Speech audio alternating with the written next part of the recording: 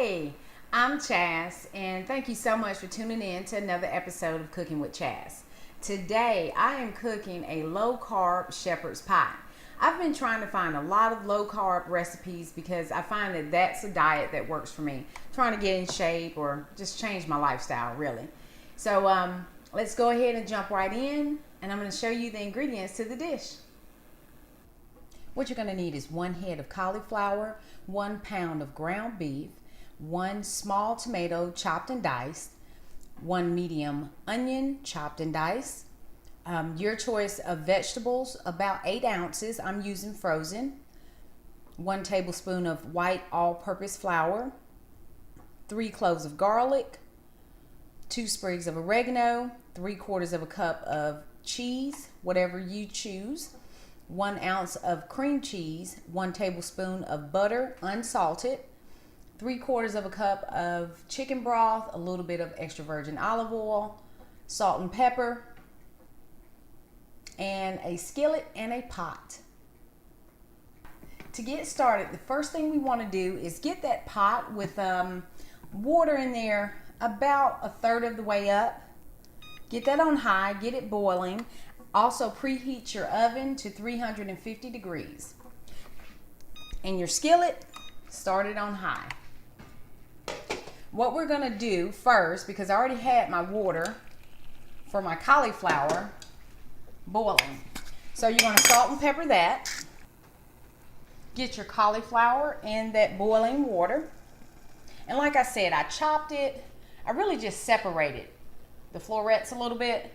Because you want it chunky, because the idea we're trying to mimic mashed potatoes, and I like chunky mashed potatoes. Put the lid on that. Let that boil for 6 minutes on a medium-high heat. So now our skillet is getting hot. Go ahead and put you a splash of extra virgin olive oil, just a little bit, because you're going to have the fat from the ground beef. But we just need to get our vegetables started. So I'm going to move that around a little bit. Go ahead and add your onions, salt and pepper. Don't forget to season as you add things to your pot. Move those onions around.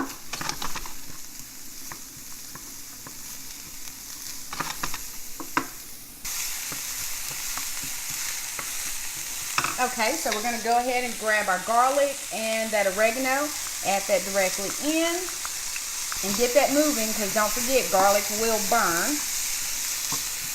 All right, and so now what I do is I move my vegetables to the side just a bit, and we're going to add this ground beef.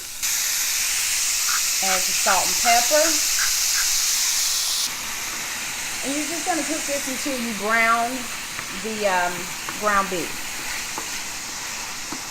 The beef is browned. I'm going to go ahead and drain this fat off, and when I come back we'll add the veggies and tomatoes. Alright, so I drained off that oil, that fat, and now I'm going to add the vegetables. So I got the veggies in there, and we're going to move that around for about a minute or two.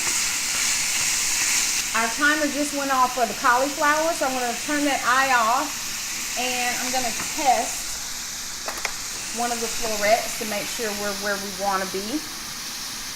Yeah, that's good. So what I do, like I said, I turned the eye off, and I'm going to move this off of the eye so it doesn't continue to boil and turn into mush. So our veggies have been going for about a minute or two. I'm going to add those tomatoes. And your eye should still be on high, because this is a quick process. If you don't like tomatoes, you can always omit the tomatoes. I like to use them just because it cuts down on how much of a gravy or sauce that I have to put on the meat. As you notice, I'm only using 1 tablespoon of flour. So I need something that's going to give me a little bit of liquid. And Tomatoes are healthy. Yes, they have carbs. All right, so I'm gonna set my timer for 2 minutes and let that just cook. So our meat mixture is ready to come out of the pan. We're going to take this out and put it in a bowl. Okay, so the first thing I like to do is I put that flour directly in that pan, and it's going to have all those droppings and everything.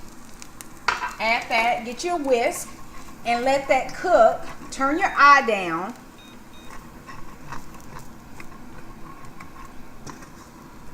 And if you find that you don't have much liquid, just add you a splash of olive oil, just a little bit. And you want to cook that the flour for about a minute. I just keep it moving around. And then, okay, then we're going to add our liquid. And once you add that liquid, make sure you whisk. And this is how we're going to get up all those droppings.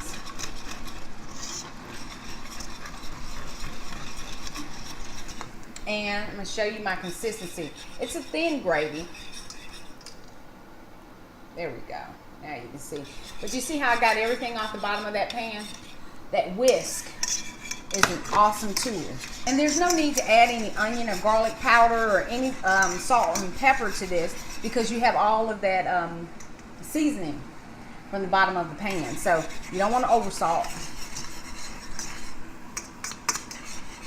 So what I'm going to do is I'm going to set this aside, put the lid on it.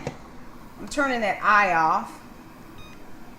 And move that to the side. Now the cauliflower, I drain that. It's kind of hard to see since it's white, huh? There you go. I just drain that. And now what I do is, because I don't have any cheesecloth, I literally take the florets.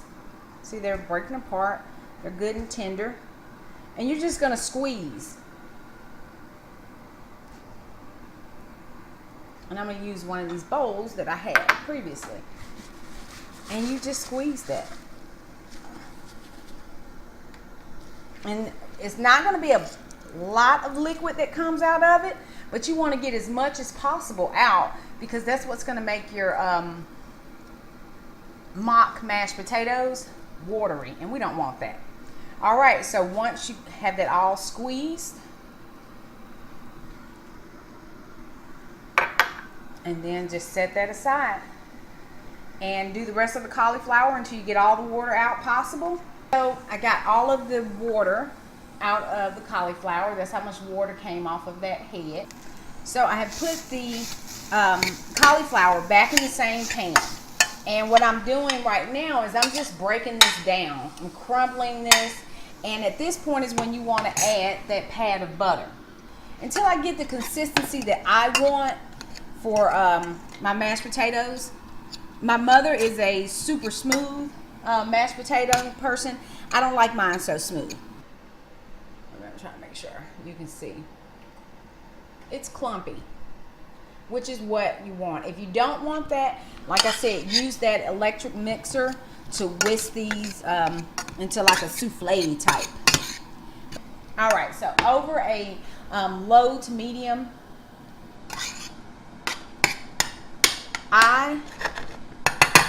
get your cauliflower back on there, and we've already added our butter. Need to add a little bit of salt and pepper. While we're waiting on that to get a little bit warm before we add the cream cheese, we're going to go back to our gravy and get our meat mixture, and we're going to incorporate our meat mixture into our gravy. So it gives it time to marry. So I'm going to add that right back in, stir that up really good, right? And see, you don't want it too wet, because then everything's just going to fall apart. But I want everything coated, and I am happy with that.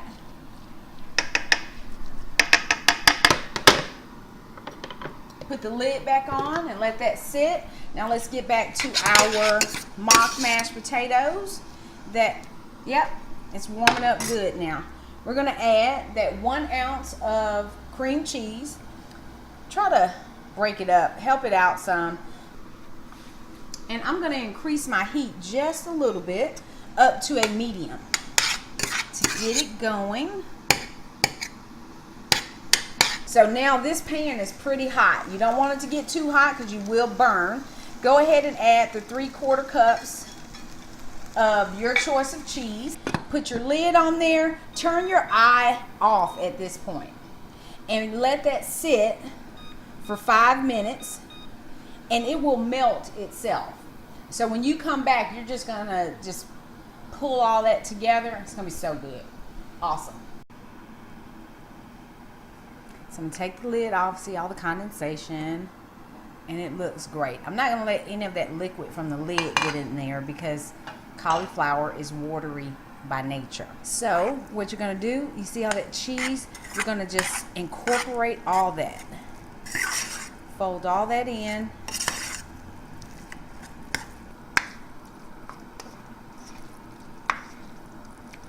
Okay, and get you a good spoonful and put in your tin. All right, so I have my meat mixture at the bottom. Now I'm going to take a spoon of our mock mashed potatoes, put that down on there. Make sure you put enough so that you don't have to mix up your meat mixture. All right, I'm going to. Now, since we have filled all of our little loaves, we're going to put these in the oven that's preheated to 350 degrees for 7 minutes. So it cooks for 5 at 350, and then for the last 2 minutes I turn the broiler on and I tried to get a little bit of color on top. Not too much color. It didn't happen as much as I would have liked, but it's still really, really good looking. So let me show it to you, and I'll wrap up the video. I'm going to try to get a pretty picture at the end so you can see the insides of it. I really hope you enjoyed this video. And that is what they looked like when they came out. Let me get a pot holder so I can hold one up for you. And see, we've got a little bit of color over here. So we've wrapped up our low-carb shepherd's pie. I really hope you like this recipe. It is so good, and it's a great alternative when you're trying to watch your carb intake. And I thought it would be good to let you guys know everything that we made today with the portions that I gave you, the pound of ground beef, 8 ounces of that vegetable medley. We came in right at 25 carbs for all 4 boats. I think that's pretty good. And it tastes really good. And if you haven't already, please subscribe, share with your friends, and like this video. Let me show you what it looks like. Low carb shepherd's pie. It'll be a hit, even for the most avid potato lover. I'll see you guys next time.